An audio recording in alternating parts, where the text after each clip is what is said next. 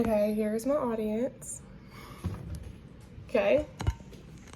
So, hey y'all, my name is Sadie, and today I'm going to be sharing with y'all a little bit about med camps. So, I believe that every child, despite their disability, should be able to attend the fun and excitement of a summer camp. And I know some parents may be wary about sending their child that needs 24-hour care to an overnight week-long camp, but in med camps we can make that happen. And I've had the privilege of being able to work at this camp for the past 2 summers, so I'm excited to share that with y'all. So here I have some pictures of some of the activities that we do at camp. So first I'm just gonna kind of tell y'all about what med camps is and kind of the purpose and the heart behind it. So med camps is a summer-long camp, and each week is designated to a different disability. So there is a cognitive disability week for kids with Down syndrome and autism. There is a week for cerebral palsy kids, spina bifida kids. There's a diabetes week. And at this camp, we want to make sure that these kids know that there are way more than their disability, and most of these kids come to camp not even knowing that they can do all these activities. So we have zip line, we have horseback riding, we have swimming, we do a dance party at the end of the week, we have karaoke nights. So yeah, we make sure that these kids can do all these activities whether they are wheelchair bound or not. So next is a picture of me and my co-counselors from this past summer. So I'm just gonna kind of give y'all a brief description on kind of the role of a counselor. So before camp actually starts, we will have like a 4-day staff training session. And pretty much during that training, we will just kind of talk about all the disabilities that we're going to see and kind of go over what each of them looks like. We'll go over like trainings like CPR, seizure trainings. We'll learn how to work an EpiPen. We'll learn how to manage behavior issues, like things like homesickness, and we'll also become familiar with the campground and like how to work the activities for kids that are in wheelchairs. And what I think is most important during the staff training is me and my co-counselors, we get to bond. And whenever the staff is closer and friendlier with each other, that not only makes a better environment for us, but as well as the kids. So the counselors take on the role for a week as the kids' caretaker. So anything that their caretaker or their parent was doing, we will do. So let's say we have a cerebral palsy kid that is total care and needs everything done for them. We will do it. We will bathe them, we will feed them, we will flip them over in the middle of the night if we have to. During diabetes week, we'll constantly be monitoring their blood sugar throughout the day. If it's too low, we will give them a snack. If it's too high, we will make sure they're releasing the right amount of insulin. So we do everything that the parents will do.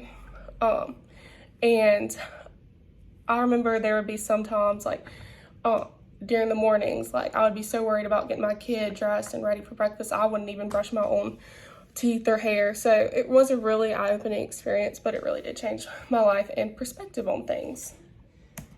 And so now I'll kind of just go over kind of the disabilities that we see at camp. So one of the main ones we see is cerebral palsy. So that is like mainly the total care ones. They usually cannot walk, they cannot control their posture, they have to be fed. Everything pretty much needs to be done for them by us.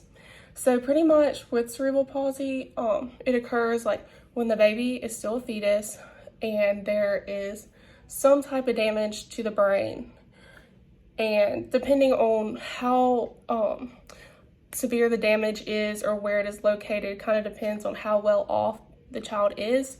Most of these kids are wheelchair bound, cannot speak, cannot verbalize, but as I said, it does kind of have a range. So this little girl right here I had, and she could walk, she could talk, she could do everything. She just had a little bit of cognitive disabilities. So it really just depends.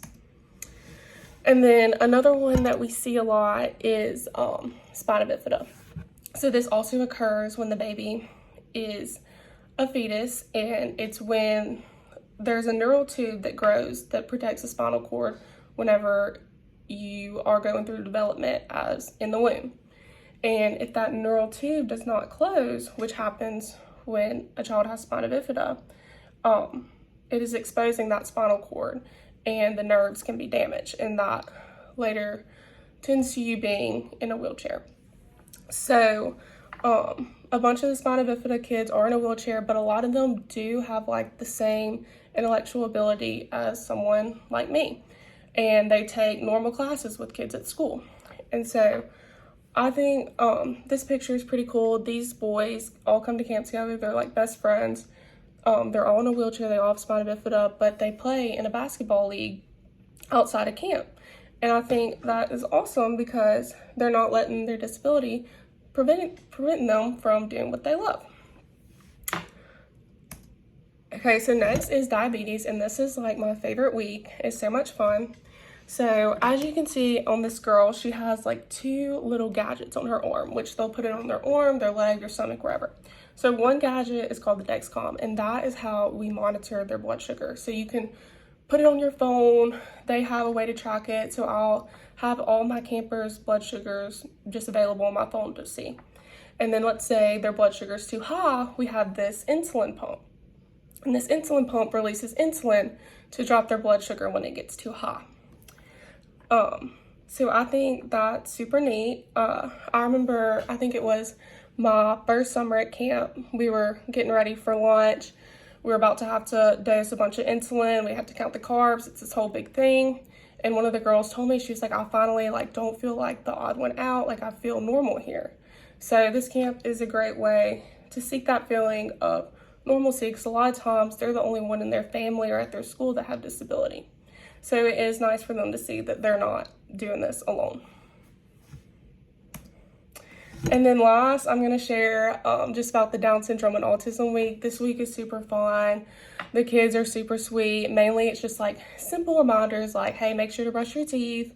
Let's put our socks and shoes on. Let's keep walking.